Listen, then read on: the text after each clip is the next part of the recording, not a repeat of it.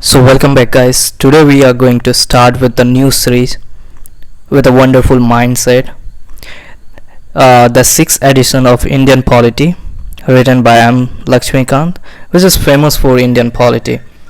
Every aspirants who are aspiring for becoming an IAS officer or any officers for the examinations, civil services, and other state examinations like PCS of different states. Okay, so in this the recommended book for polity is M. Lakshmikant. We cannot ignore this book, so it is a very important book. So we are starting a new series on it. Okay, each and everything we will discuss. This sixth edition has 80 chapter. Okay, 80 chapters are there. So we will see each and every chapter, each and every sentences, each and every word very clearly. We will understand each and every facts and figures.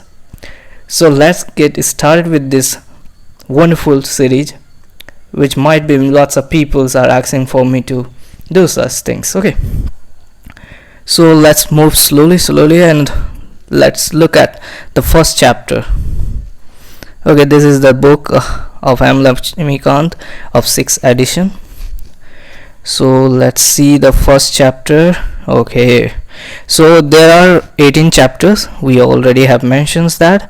So the first chapter is all about the historical background. We will look at what are the historical background of constitutional framework.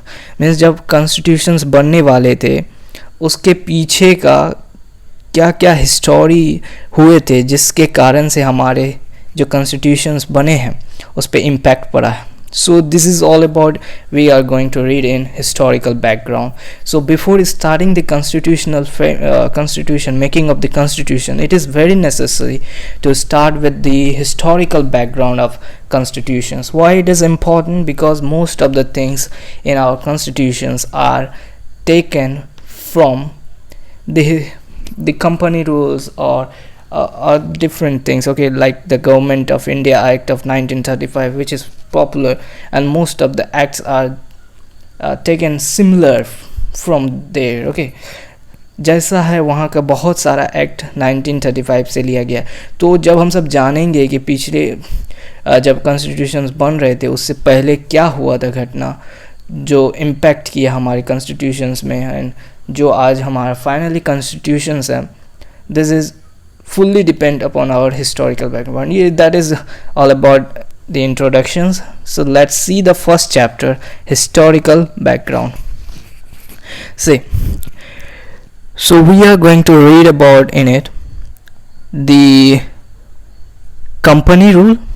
Okay, the first thing is about historical background में historical background में हम सब दो period में divide करेंगे. 1773 से लेकर के 1858, देन 1858 से लेकर के 1947. सो ये दो पीरियड है जब इंडिया पे अलग अलग टाइप के ग्रुप्स रूल किए थे हमारे इंडिया में. So okay, although they are belongs to the same country, but the functioning are different. Okay, one was the company rules, means जो कंपनी आए थे ईस्ट इंडिया कंपनी उसके द्वारा रूल किया गया था. Okay, but the second half after the revolt of 1857, crown rules, means जो वहाँ पर क्वीन होती थी ब्रिटिश में, तो वहाँ की जो वहाँ पर रूल जो बनता था वो इंडिया में फॉलो होने लगा था. पहले क्या होता था, जो कंपनी रूल बनाती थी वो इंडिया में फॉलो होता था, पर लेकिन इसके बाद से 1857 के बाद से मीन्स 1858 में जाके जो भी रूल्स एंड रेगुलेशंस बनना होता था वो ब्रिटिश में बनता था एंड फॉलो होता था इंडिया में. That is all about. See, so let's start. We will read each and every line, each and every word, so that you understand each and everything very clearly. We're not gonna to be harsh in it. Okay, we will read it very minutely. Okay, the first paragraph, this is the first paragraph. See, what we will do, we will read the paragraphs. Okay, whatever the important things will be in it, we will form a MCQ. Okay, we will check out that how much you have concentrately look up the things while I was teaching you. Okay, means जब पढ़ने के बाद हम सब ये paragraph ख़त्म करेंगे. Okay, इसके बाद हम सबको MCQs होगा, उस पर टेस्ट लेंगे, देखते हैं आप में कितना कंसंट्रेशन है. Let's check out your concentrations. Okay, concentration. The British, okay, the British came to India in 16 as trader in the form of East India company. जो ब्रिटिश थे 1600 में कहाँ पर आए थे? इंडिया में. We all know. ओके, किस रूप में आए थे? ट्रेडर के रूप में आए थे. और उस कंपनी का नाम क्या था? East India company. Okay, clear. Which had the exclusive right of trading in India under a charter granted by queen Elizabeth one. जो एक चार्टर एक्ट किसके द्वारा ग्रांट किया गया था? क्वीन एलिजाबेथ के द्वारा किया गया था. ओके, ये चार्टर एक्ट में क्या था कि अब जो ये ईस्ट इंडिया कंपनी है, इसके अलावा कोई भी इंडिया में आके अपना ट्रेडिंग नहीं कर सकता है. Just the East India Company has solely responsibility और has control over this area. Okay, तो इस चार्टर एक्ट के अनुसार ये रूल हुआ था कि ईस्ट इंडिया कंपनी ही इंडिया पे राज करेगा, other country, other trading companies नहीं आ सकते हैं. ओके, उसके लिए ये चार्टर के लिए इस कंपनी ने 4 lakh, okay, 4 lakhs British pound दिए थे. ओके, ब्रिटिश पाउंड दिए थे किसको? ब्रिटिश गवर्नमेंट को, ताकि उसे ये चार्टर एक्ट मिल सके. ओके, जिससे उसको फंक्शनिंग करने में दिक्कत ना हो. In 1765, the company, which till now had purely trading functioning, obtained the Diwani. हम सब जानते हैं battle of boxer. Okay, battle of Buxar जो 1764 में हुए थे. इसमें जब ब्रिटिश जीत जाते हैं तो मोहम्मद आलम शाह के द्वारा ब्रिटिश ईस्ट इंडिया कंपनी को दीवानी राइट मिलते हैं. मीन्स दीवानी राइट मतलब क्या है? जो रेवेन्यू कलेक्ट कर सकते हैं. किस किस राज्य से? Bengal, Bihar, Orissa. So it is clear. I think there is no difficulties in understanding this common sentences. Okay, so let's move another sentences. This started its career as a territorial power. Now इसमें बोला जा रहा है कि इसके द्वारा, ओके, ये जो दीवानी राइट मिला, इससे आप ब्रिटिश रूल किस तरह का career, new career started was territorial power. अब जब रेवेन्यू कलेक्ट करेंगे आपके पास पावर बढ़ेगा. So this is a new career starting for the British East India Company. In 1858, in the wake of the Sepoy Mutiny, 1858 में जब sepoy mutiny का जो उद्घाटन हुआ था, मीन्स 1857 में, एंड फाइनली जो 1858 में जाके ख़त्म हुआ था. Okay, the British crown assume direct responsibilities for the governance of India. Okay, now it is all about the British crown. अब गवर्नमेंट ऑफ ब्रिटिश इंडिया पर राज करेंगे fully. Okay, there is no control of company.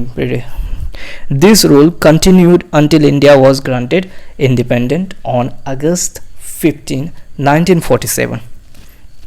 So in this sentence, in this paragraph, there are some of the very important things which you have to kept in your mind. So let's solve some of the MCQs which are very important. Let's see how much you have learned. Okay, the first question: when did the British came to India? Okay, when did the British come to India? Is it the 1500? Is it 1602? Is it 1600? Or is it 1506? What do you think? It's so easy, I think. So it is 1600. Okay, let's move to second question. Who granted the exclusive right of trading in India under a charter? So charter किसने दिया था? British east India company को किसने दिया था? It was, is it Queen Victoria one, is it Queen Elizabeth one, is it Queen Victoria two और Queen Elizabeth two? तो इसमें से कौन से? ये Queen Elizabeth first. So you have to remember the name. It is very important in the most of the examinations when the facts and figures are asked. It is very important questions. Okay, although at this point of times it's very easy, but you have to remember that it is Queen Elizabeth, not the Victoria, and it is one. So these are the numbers, so has to be remembered. Okay, let's move to the third questions. So these are the questions are very important, kept in your mind while revising the things. Say, what do you mean by Deewani? Okay, आप दीवानी के बारे में क्या जानते हैं? So दीवानी rights हम सब जानते हैं कि मिला था, which was given to the British East India Company in 1765 by Emperor Shah Alam जो मुग़ल एम्पायर थे उस समय के, उसने दीवानी राइट दिए थे ब्रिटिश इंडिया कंपनी को. तो इसका मतलब क्या है? Is it right over revenue? Is it right to make law? Or is it right over revenue and civil justice, or right over particular area? So what do you think? Let's look at, find it. So it's easy because we have read in the paragraphs as well. So it is not the right of revenue, along with it is civil justice as well. So, okay, right over revenue plus civil justice. So these both things come under the Diwani. Okay, Diwani rights which are given to British East India Company. Now question number 4. In which year did the power of East India Company transfer to British Crown? So हम सबको जानना है कि जब east India company हम सब देखे थे 1773 से लेकर के 1858 तक ब्रिटिश ईस्ट इंडिया कंपनी का यहाँ पर राज हुआ था इंडिया पे. पर लेकिन जब मुठेनी ख़त्म हो गया था, जब हुआ था सिपाही मुठेनी जो 1858 में जाके ख़त्म हुआ था, तो उसके बाद फाइनली ब्रिटिश क्राउन ने इंडिया पर राज किया था. Okay, this is question. Option A is the right answer. Hope you have understand. Hope you, it is so easy questions, you don't find it difficulties. Okay, so this is all about the first paragraph. So let's move to the second paragraphs. Okay, with independence comes the need to for a constitutions. जिस तरह independence हम सबको मिला, जब 1947 में हम सबको independence मिला था, तो कॉन्स्टिट्यूशंस बनाने का बहुत ही ज़रूरत पड़ा था. Hence a constitution assembly was form for this purpose in 1946. तो कॉन्स्टिट्यूशन असेंबली कब बना था? 1946. जो ये कॉन्स्टिट्यूशन असेंबली था वही कॉन्स्टिट्यूशंस फॉर्म करेगा. Okay, on January 26, 1950 the constitution came into being. Okay, जब 2 साल, हम सब जानते हैं कि 2 years, okay, and how much 11 months, okay, and almost I think 18 days.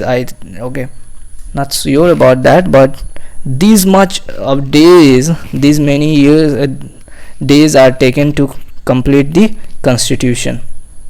Okay, this is such a long time.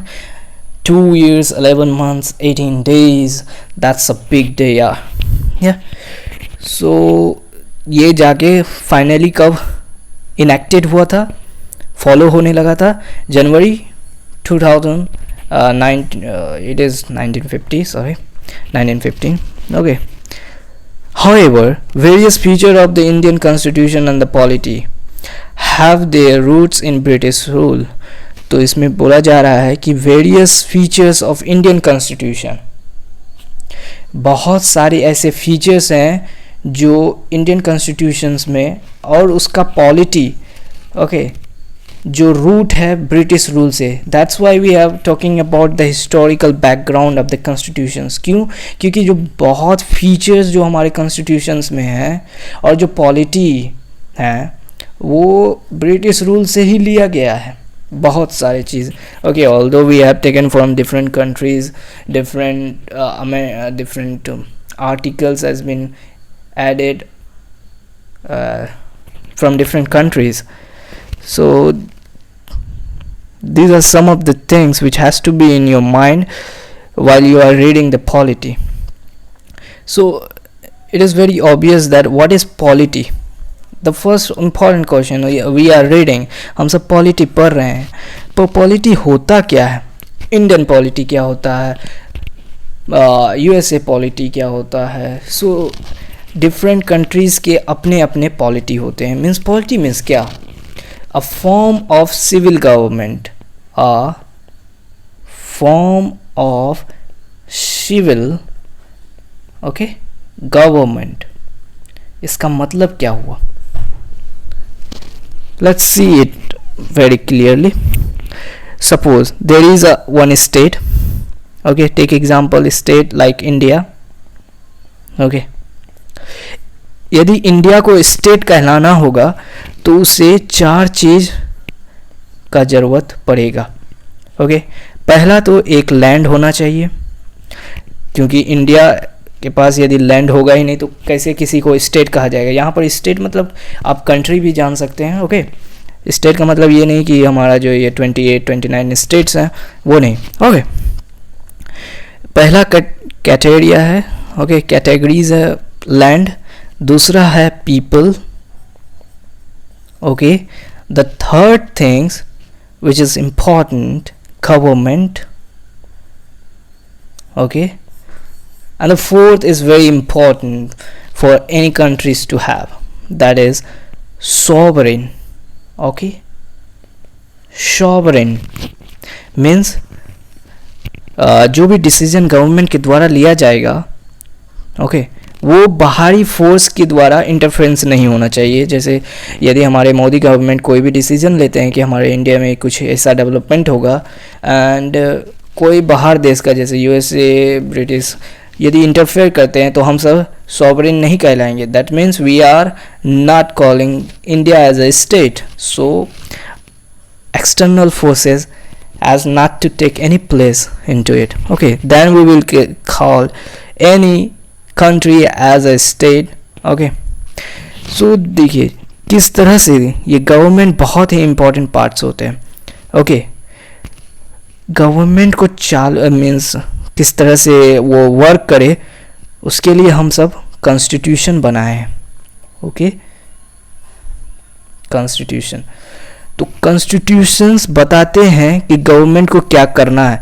Constitution से बाहर होके वो कुछ भी नहीं कर सकते गवर्नमेंट. ओके, उसके अंदर ही रह के हर एक काम को करना है.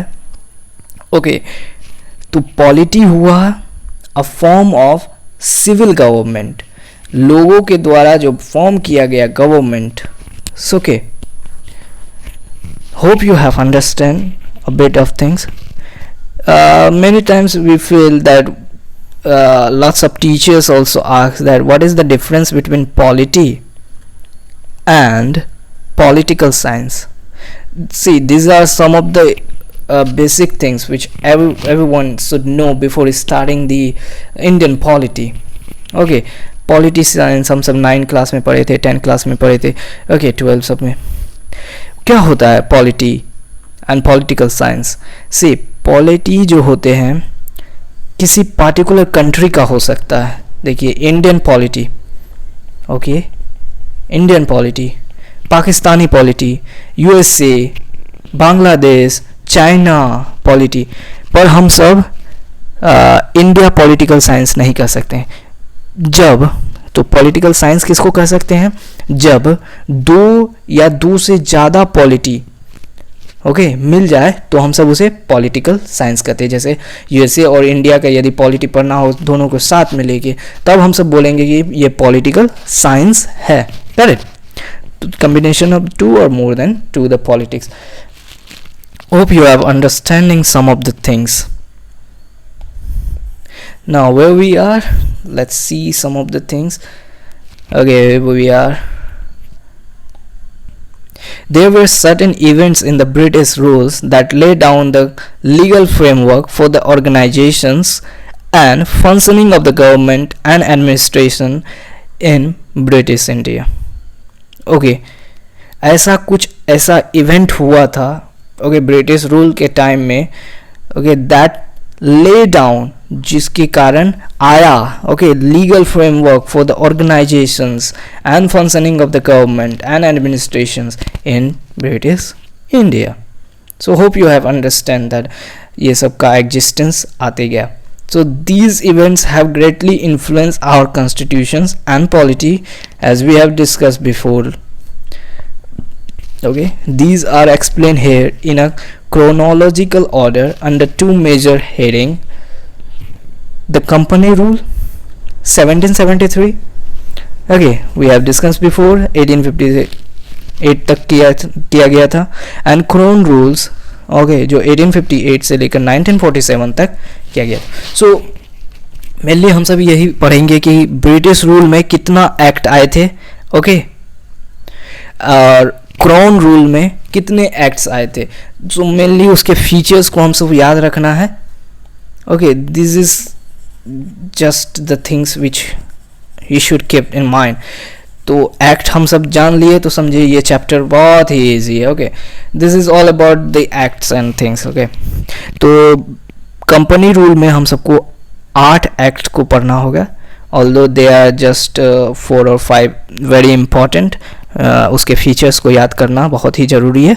और क्राउन रूल्स में 7 एक्ट्स आए थे ओके एक्ट्स तो उसे हम सबको याद रखना है. उसके फीचर्स को याद करना है कि उसमें किसके रूल थे किसका क्या क्या फीचर्स है क्या क्या बहुत इंपॉर्टेंट है. Okay so let start with the company rule. Okay today we will read about the company rules of 1773 to लेकर 1858 तक होगा. ठीक है तो पहला एक्ट जो रेगुलेटिंग एक्ट ऑफ 1773 पढ़ेंगे. ठीक है देखिए पहला एक्ट पढ़ते हैं. This act was of a great constitutional importance. बोला जाता है कि ये रेगुलेटिंग एक्ट जो भी है वो ग्रेट कॉन्स्टिट्यूशनल इम्पोर्टेंस कहलाता था. क्यों? ओके इसके 3 रीज़न दिए गए हैं. करेक्ट क्यों ये कॉन्स्टिट्यूशनली इम्पोर्टेंट थे? क्योंकि ये पहला स्टेप था जब ब्रिटिश गवर्नमेंट, यहाँ ब्रिटिश गवर्नमेंट का मतलब ईस्ट इंडिया कंपनी नहीं मानिए आप, British government means British government ही ओके जो ब्रिटिश में वहाँ पर गवर्नमेंट है उन्हें मानिए. वो टू कंट्रोल एंड रेगुलेट किसको कंट्रोल करेंगे? The affairs of the East India company. जो ईस्ट इंडिया कंपनी है इंडिया में ओके उसको कंट्रोल करने के ये पहला स्टेप लिया गया था. ठीक है ये शुरुआत हुआ था जो धीरे धीरे धीरे जाके फाइनली 1858 में पूरा कंट्रोल आ गया ब्रिटिश गवर्नमेंट पर. ये पहला स्टेप था कि जब ब्रिटिश गवर्नमेंट इंडिया पर अपना कंट्रोल दिखाना चालू किए. ठीक है तो पहला ये इम्पोर्टेंस हुआ. दूसरा it recognize for the first time the political and administrative functions of the company. तो दूसरा इम्पोर्टेंस बोल रहा है अब ब्रिटिश गवर्नमेंट जान गए ओके क्या चीज़ the political and administration function किसका जानेंगे? कंपनी का. ठीक है तीसरा है it led the foundation of central government in India. तो इसके कारण अब सेंट्रल गवर्नमेंट भी फॉर्म हो गया कहाँ पर? इंडिया में. ऑल्दो पहले बहुत सारे regional rulers and this and that were there तो कोई भी सेंट्रल रूल नहीं कर रहा था. Although Mughals was there but that was not so efficient at the time of British rule ना. औरंगजेब के बाद हम सब जानते हैं कि किस तरह से डाउनफॉल हुआ है. तो सेंट्रल गवर्नमेंट का एग्जिस्टेंस आया. सो ये सब कुछ इम्पोर्टेंस है जिसको आपको याद रखना है. नाउ अब फीचर्स बहुत इंपॉर्टेंट है. तो कुछ कुछ एक्ट हैं जिसके फीचर्स आपको बहुत ही माइन्यूटली याद करके रखना है because if you can not remember that things then this is not the good things about that. तब बेकार है पढ़ने का. ओके कुछ कुछ बहुत इंपॉर्टेंट एक्ट है उसके फीचर्स को याद करना. ओके जब रेगुलेटिंग एक्ट बात होता है, ओके, रेगुलेटिंग एक्ट कब हुआ है बोलिए, 1773. सो डेट को थोड़ा याद रखिए, माइंड में याद रह जाएगा. ओके, पहला फीचर्स हम सब याद करते हैं जो गवर्नर जनरल है. It designated the governor of Bengal as the governor general of Bengal. Got it? Governor of Bengal से गवर्नर जनरल ऑफ बंगाल हो गया. And created an executive council of 4 members to assist him. Means executive councils बनाया गया किसके साथ? Governor general को. Okay, उसको मदद करने के लिए, गवर्नर जनरल को मदद करने के लिए. और पहले गवर्नर जनरल कौन थे? Lord Warren Hastings. This is very important. Okay, remember the first governor general of Bengal, Lord Warren Hastings. So पहला फीचर्स हम सब देख लिए कि किस तरह से गवर्नर ऑफ बंगाल से गवर्नर जनरल ऑफ बंगाल हो गए. ओके, और उसके एग्जीक्यूटिव्स बनाए गए. कितने मेंबर्स थे? 4 मेंबर्स थे. किस लिए बनाए गए थे? मदद करने के लिए. किसके मदद करने के लिए? गवर्नर जनरल ऑफ बंगाल को. ठीक है. एंड पहले गवर्नर जनरल कौन थे? Lord Warren Hastings. Now let's move to the second feature of regulating act of 1773. जो जितना बार आप सुनिएगा रेगुलेटिंग एक्ट ऑफ 73, ये माइंड में आपको आ जाएगा. ओके, तो कुछ डेट याद रखिएगा. हाँ, सेकंड फीचर्स की तरफ मूव करते हैं. It made the governor of Bengal and Madras. Okay, ये देखिए इंडिया यदि आप मानते हैं, ठीक है, ये इंडिया यदि ले लीजिए इसे. Okay, this is suppose India. यहाँ कलकत्ता हो गया, यहाँ बॉम्बे हो गया, यहाँ मद्रास हो गया. सो यहाँ पर जो है, और ये मीन्स मद्रास, बॉम्बे, आप किसके सॉवर्डिनेट हो गए? जो 1773 से पहले ये तीनों इंडिपेंडेंट थे, तो सब अपने रूल्स एंड फॉर्मेशंस करते थे. कोई भी किसी के अंडर काम नहीं करता था. ओके, इंडिपेंडेंट था. पर लेकिन इस एक्ट के आने के बाद ये जो governor of Bombay and Madras किसके सबऑर्डिनेट हो गए? गवर्नर जनरल ऑफ बंगाल के. अब यहाँ पर जो भी एक्ट्स बनेंगे इस गवर्नर जनरल के बिना नहीं हो सकता है. मीन्स अलाउ मांगना होगा. Okay, this was the thing, that's why they become subordinate. Okay, this was the second things which you need to see. Now let's move to 3. It provide for the establishment of a supreme court. It is very important. Okay, supreme court पहली बार India में बनाया गया था. Okay, किस act के द्वारा? Regulating act of 1773.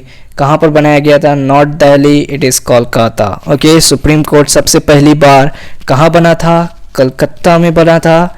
जो अभी हमारा supreme court, although it is in Delhi, but for the first time it was established in Calcutta, comprising 1 chief justice, वहाँ पर एक chief justice थे, and 3 other judges. तो उसके असिस्ट करने के लिए other 3 judges भी थे. Let's move to the 4th one. See, regulating act of 1773 बहुत ही important है. Okay, this is one of the important act of the company rules. Okay, 4th, it prohibited the servant of the company from engaging in any private trades or accepting presents or bribes from the natives. तो इसमें prohibit कर दिया गया. Means corruption जब बढ़ रहा था, क्योंकि सब बहुत ही करप्ट हो गए थे, तो उसको रोकने के लिए ये रेगुलेटिंग एक्ट लाया गया, ताकि जो भी प्राइवेट ट्रेड्स जो कर रहे थे उसको रोका जा सके, जो एक्सेप्ट करते थे प्रेजेंट्स एंड ब्राइब्स उसको रोका जा सके. So these is very important steps लिया गया था. एंड 5वां फीचर्स को देखते हैं. It strengthen the control. Okay, strengthen means बढ़ाया, शक्ति बढ़ाया. किस पर कंट्रोल शक्ति बढ़ाया? ब्रिटिश गवर्नमेंट जो है कंपनी पर बढ़ाया. Okay, over the company by recruiting the court of director governing body of the company to report on its revenue, civil and military affairs in India. देखिए, जो ब्रिटिश गवर्नमेंट थे, okay, court of director जो 24 members हुए करते थे, means 24 आदमी था, okay, वहाँ पर मेंबर्स थे जो क्या करते थे, वहाँ पर इंडिया में ही रहते थे, ओके, वो जिस तरह का वर्क करते थे, ओके, वो जाके ब्रिटिश गवर्नमेंट को बताया करते थे। तो जो भी ईस्ट इंडिया कंपनी काम करते थे इंडिया में, तो इसका रिस्पॉन्सिबिलिटीज़ होता था रिपोर्ट बनाना एंड रेवेन्यू, जो भी रिपोर्ट होता था revenue related, civil related, military affairs, तो वो जाके किसको बताते थे, ब्रिटिश गवर्नमेंट को। यदि कोई भी गलती हो या कुछ भी हो तो कोर्ट ऑफ डायरेक्टर्स रेगुलेट करते थे, मीन्स देखते थे काम को, ओके, कंपनी के ब्रिटिश गवर्नमेंट को बताया करते थे। So if we talk about that what are the features, यदि आपसे पूछा जाए अभी तुरंत कि आपने क्या सीखा फीचर्स में, तो 5 फीचर्स देखें which is very important to remember. Let's see and recall. Regulating act, regulating, okay, it is very important that whatever you read, it should be in your mind, it should not be forget. Okay, first thing was that governor general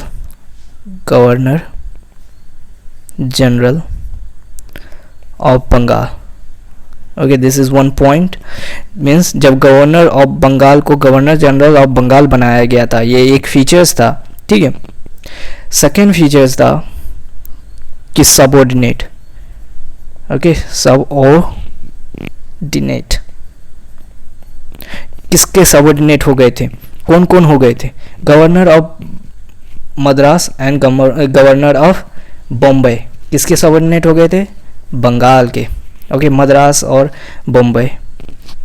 and third is very important that supreme court for the first time कहाँ पर बना था, कलकत्ता में, इसी act के द्वारा।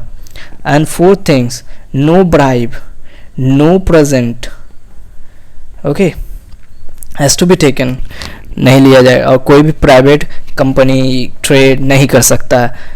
And last was strengthening the control, किस तरह से स्ट्रेथन किए, ओके, स्ट्रेथन द कंट्रोल, किस तरह से ब्रिटिश गवर्नमेंट ने 24 मेंबर्स को बनाया था जो कोर्ट ऑफ डायरेक्टर कहलाते थे, ओके, वो जाते थे, रूल्स देखते थे किस तरह से ईस्ट इंडिया कंपनी काम करते हैं, देन उस पर रिपोर्ट बनाते थे, they send to British government, okay. Let's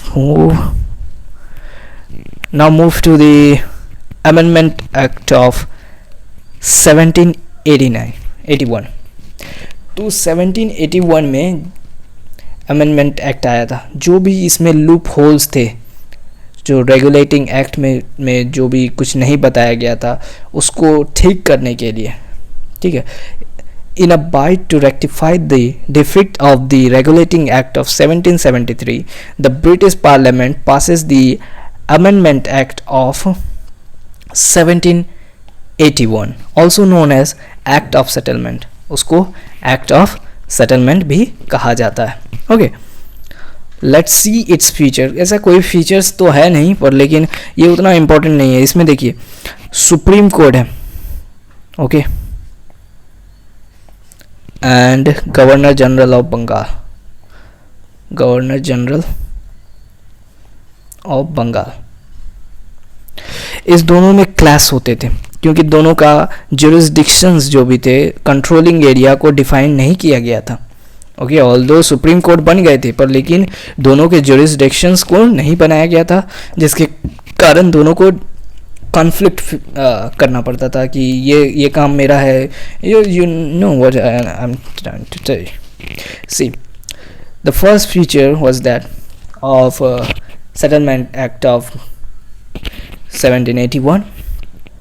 It exempted the Governor General and the Council from the jurisdictions of the Supreme Court for the act done by them in their official capacity. Means जो भी supreme court करते हैं अपने official capacity के according, तो उस jurisdictions में governor general नहीं आ सकते और उसके काउंसिल्स इंटरफेयर नहीं कर सकते। Similarly it also exempted the servant of the company from the jurisdictions of the supreme court for their official action. जो भी ऑफिशियल एक्शंस लेते हैं सुप्रीम कोर्ट, ओके उसमें जो सर्वेंट ऑफ कंपनीज होते हैं, मीन्स जो अंडर काम करते हैं, वो भी इंटरफेयर नहीं कर सकते हैं, उसको उसका ज्यूरिसडिक्शंस में कोई भी कंट्रोल कोई भी इंटरफेयर नहीं कर सकते हैं. Similarly with like governor general का जो भी ज्यूरिसडिक्शंस थे, क्या, रेवेन्यू मैटर्स, ओके उसमें सुप्रीम कोर्ट इंटरफेयर नहीं कर सकते थे. Okay it exclude the revenue matters and the matters arising in the collections of the revenue from the jurisdictions of the Supreme Courts. Okay, have you understand कि supreme court जो है वो interfere नहीं कर सकते रेवेन्यू मैटर्स पर. Okay ये काम था गवर्नर जनरल्स का एंड उसके काउंसिल्स का. तो यहाँ पर जो ये 1781 आया सेटलमेंट एक्ट, इसमें बताया गया जस्ट कि किसका jurisdictions क्या है. Okay area of specific work किस किस के लिए डिफाइन किया गया. तो this is all about just in this act, nothing more. It is not so much important. देखिए यहाँ पर जो सुप्रीम कोर्ट बने थे, हिंदू लॉ, मुस्लिम जो भी होते थे, यदि हिंदू के लिए कोई भी लॉ बन रहा है तो हिंदू कोड के अनुसार बनेगा, और यदि कोई भी क्राइम होता है उसको हिंदू यदि है तो हिंदू के कोर्ट में लेके जाया जाएगा, यदि मुसलमान है तो मुसलमान के. So this is something like that to be done. Okay और चौथा था, it lay down that the appeal from the provincial court could be taken to the governor general in councils and not to the supreme court. जो भी provincial court mean जो छोटे छोटे इलाके में होते हैं, सिटीज़ कोर्ट जो भी माने, तो उसके जो मैटर्स होते हैं यदि आगे लेके जाना होता है तो उसे सुप्रीम कोर्ट में नहीं लेके जाया जाता था, वो गवर्नर जनरल इन काउंसिल्स में लेके जाया जाता था. ओके तो मीन्स गवर्नर जनरल के अंडर में प्रोविंशियल कोर्ट काम करते थे, पर लेकिन सुप्रीम कोर्ट सुप्रीम थे, वो गवर्नर जनरल से इंडिपेंडेंट थे. ओके सो 5वां नंबर है, it empower the governor general in council to frame the regulations. जब कंट्रोल होंगे तो रेगुलेशंस कंट्रोल करना चाहेंगे. Okay for the provincial courts and the council. So this is all about just ये एक settlement act में आपको याद रखना है कि ज्यूरिसडिक्शंस जो भी था उसको डिफाइन किया गया था ताकि क्लैश नहीं हो सके सुप्रीम कोर्ट और गवर्नर जनरल के बीच में. ठीक है, this is just all about. Now let's move to one of the most important act. Okay, it is Pitt India Act of 1784. Okay, the next important act was the Pitt India Act of 1784. Okay, इसमें features दिए हुए हैं. Okay, the feature of this act were as followed. It distinguishes between the commercial and political functions of the company. Okay, पहले देखिए court of directors होते थे, जो हम बोले थे कि आपको 24 मेंबर्स होते थे.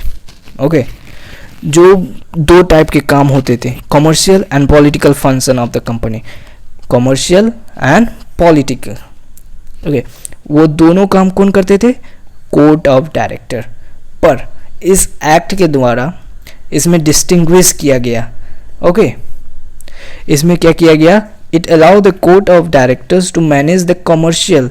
सिर्फ कमर्शियल, पहले 1784 से पहले ये दोनों पर काम करते थे, दोनों पर कंट्रोल था.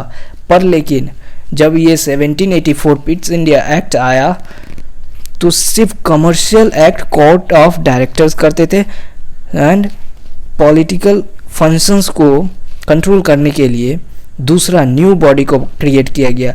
Okay but created a new body called board of control to manage the political affairs. Okay board of control को बनाया गया.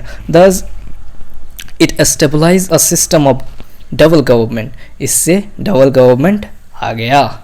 सो दिस इज इम्पॉर्टेंट कि कमर्शियल पहले और पॉलिटिकल दोनों कोर्ट ऑफ डायरेक्टर करते थे, पर अब कोर्ट ऑफ डायरेक्टर क्या करते हैं? Commercial. And board of control क्या करते हैं? पॉलिटिकल. सो कॉमर्शियल को सीडी काम करते हैं एंड पॉलिटिकल को BC means board of control and control of director. तो यहाँ पर कुछ डिस्टिंग्विश, क्योंकि नेम लगभग सेम लगता है. ओके तो CD कॉमर्शियल को कंट्रोल, BC पॉलिटिकल को. Question number feature 3. Okay, it empowered the Board of Control to supervise and direct all operations of the civil and military government or revenue of the British possessions in India. तो इससे board of control को क्या power मिल गया? Supervise कर सकते थे, direct control कर सकते थे किस पर? सिविल मीन्स लोगों जनता पर, एंड मिलिट्री गवर्नमेंट जो भी मिलिट्री मीन्स फोर्स होते थे उसको सुपरवाइज करना, डायरेक्ट करना. ओके, और रेवेन्यू, तो ये तो बहुत इम्पोर्टेंट काम था. ओके, तो ये सब किसको कौन करते थे? क्योंकि वो पॉलिटिकल में करते थे, तो पॉलिटिकल में ये सब एरिया आता है, government, military, okay, revenue related problems, civil related. So these are all controlled by the board of control. Thus the act was significant for 2 reasons. So Pitt's India Act बहुत ही significant थे 2 reasons के कारण. क्यों, कौन कौन कारण है? First reasons we will look at, and there is second reason. The company's territories in India were the first time called the British possessions in India. British possessions पहले कहा जाता था company possessions. पहले क्या कहा जाता था? Company positions. Now it is called as British positions in India. Means अब ब्रिटिश के द्वारा हथियाया गया, क्या बोले, ज़मीन ही बोलेंगे. ओके, तो ब्रिटिश के हथियाया गया ज़मीन को अब जो भी रूल्स एंड रेगुलेशंस होते थे अब ब्रिटिश कर सकते थे, कंट्रोल अपना फॉर्म कर रहे थे rules. And second, the British government was given the supreme control over company affairs. British government को दे दिया गया supreme control over company affairs and its administrations in India. Although we are देख रहे हैं कि पहले से जब regulating act आया था, ठीक है, तभी से हम सब देख रहे हैं कि कंपनी का जो यहाँ पर पावर है, कंट्रोल है, वो घटते जा रहा है एंड ब्रिटिश गवर्नमेंट के पास जा रहा है. तो इस एक्ट्स के द्वारा बहुत ज़्यादा पावर एंड कंट्रोल कंपनी से हट के ब्रिटिश गवर्नमेंट के पास जाने लगा. Okay, this is the transfer of power. इस तरह से सो हम सब देखें इस एक्ट में, देखिए अभी तक हम सब 3 एक्ट पढ़े हैं. एक रेगुलेटिंग एक्ट, ओके, दूसरा सेटलमेंट एक्ट, किस ईयर में हुआ था? 1781. ठीक है, इसमें हम सब सिर्फ एक चीज़ याद रखे थे, ज्यूरिसडिक्शंस. ठीक है, इसमें तो और कुछ नहीं था. पर लेकिन Pitt's India act which is very important act, Pitt's India act, okay, जो कब आया था? 1784. इस डेट को याद रखिएगा. 1784 में Pitt's India act, British parliament, British government के द्वारा कुछ रूल्स एंड रेगुलेशंस बनाए गए थे. क्या क्या था? जो कमर्शियल एंड पॉलिटिकल का जो फंक्शनिंग होता था वो अलग अलग बॉडी के द्वारा अब कंट्रोल किया जाएगा. ये CD के द्वारा किया जाएगा, ये BC के द्वारा, मीन्स बोर्ड ऑफ कंट्रोल, ये control of directors. Okay, so this is, hope you have understand, this is very important was the, and British positions in India, this is one of the important things which should be in your mind. And last things today we will read about the act of 1786. so okay, इसको आप बोल सकते हैं Lord Cornwallis act. Okay, Lord Cornwallis. See, Lord Cornwallis was very popular and a famous person in British, है ना. उसको मनाने के लिए कि आप गवर्नर जनरल बनिए, अपॉइंट करना चाहते थे गवर्नर जनरल ऑफ बंगाल में, ताकि इंडिया में और ज़्यादा अपना पावर को बढ़ाया जा सके. तो लॉर्ड कॉर्नवालिस को मानने के लिए उसने 2 डिमांड रखा था.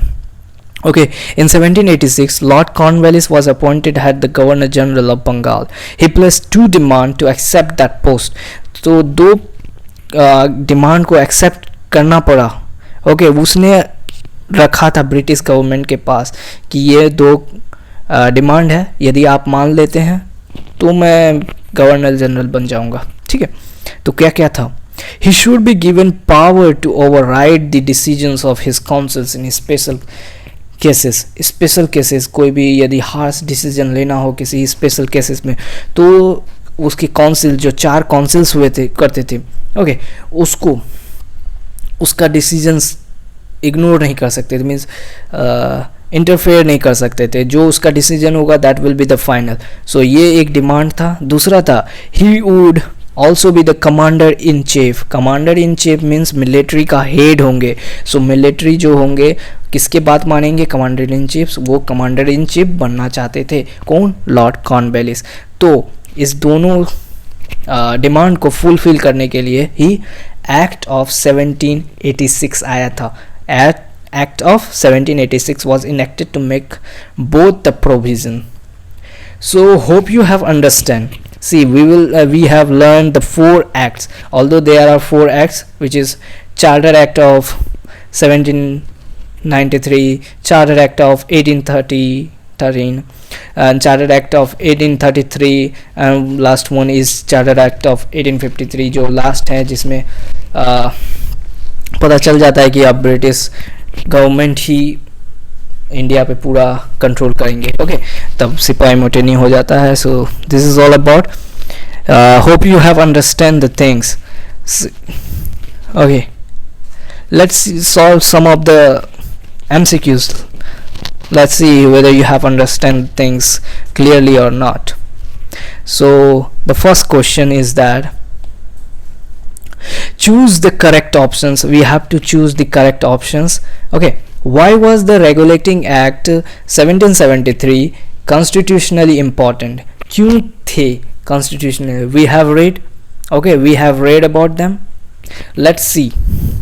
It was the first step, पहला चीज दिया गया options में, it was the first step taken by the British government to control and regulate the affairs of the East India Company. Oh no, you have read about it. Let's see whether it is right or wrong. We will consider it. Okay. B, it recognized for the first time the political and administrative functions of the company. We will see, okay, we will consider it whether it is right or wrong. Now C option, it laid the foundation of central administration in India. Okay, let's see. What will be your answer? So it is all of the 3 which we have read previously, that all of कि British का पहली बार control and regulate करने के लिए east India company पर British ने पहला act लाया था, पहला स्टेप्स अपना बढ़ाया था. So this is right. Second is it recognize for the first time जो पॉलिटिकल जो एडमिनिस्ट्रेटिव फंक्शन जो कंपनी के द्वारा किया जाता था उसके इम्पोर्टेंस को जान पाए थे. That is also right. Central government आए थे इंडिया में. We all have read. So all of these is the right. Okay, let's move to another questions. Under which act Supreme Court formed at Calcutta, okay, in 1774? 1774 में supreme court कहाँ पर बना था? It was in Calcutta. Okay, किस act के द्वारा बनाया गया था? Is it Settlement Act of 1781? Is it Pitt's India Act of 1984? It is 1784. Regulating Act of 1773, we will consider it. Let's see whether it is right or wrong. Or Charter Act of 1813. Okay, what's your answer? It is so easy. You have read about previously. It is Regulating Act of 1773. Okay, this is important. So that's all for today. We will read हम सब पढ़ने वाले हैं. हर एक 18 chapters हैं. Okay, 80 chapters हैं. We will read each and everything in a very great detail. Okay, each word बहुत ही अच्छा से समझेंगे. This is just a beginning.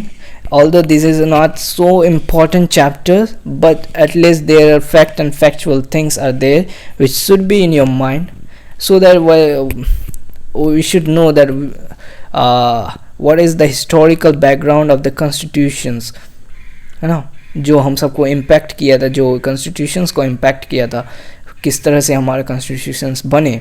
तो इसलिए ये इम्पॉर्टेंट है। थोड़ा सा फीचर्स याद रखिए, दैट्स ऑल, और कुछ डेट याद रखिए कब वो एक्ट आया था, that's all, nothing more to be worried about. Thank you, hope you will like it and subscribe the channel.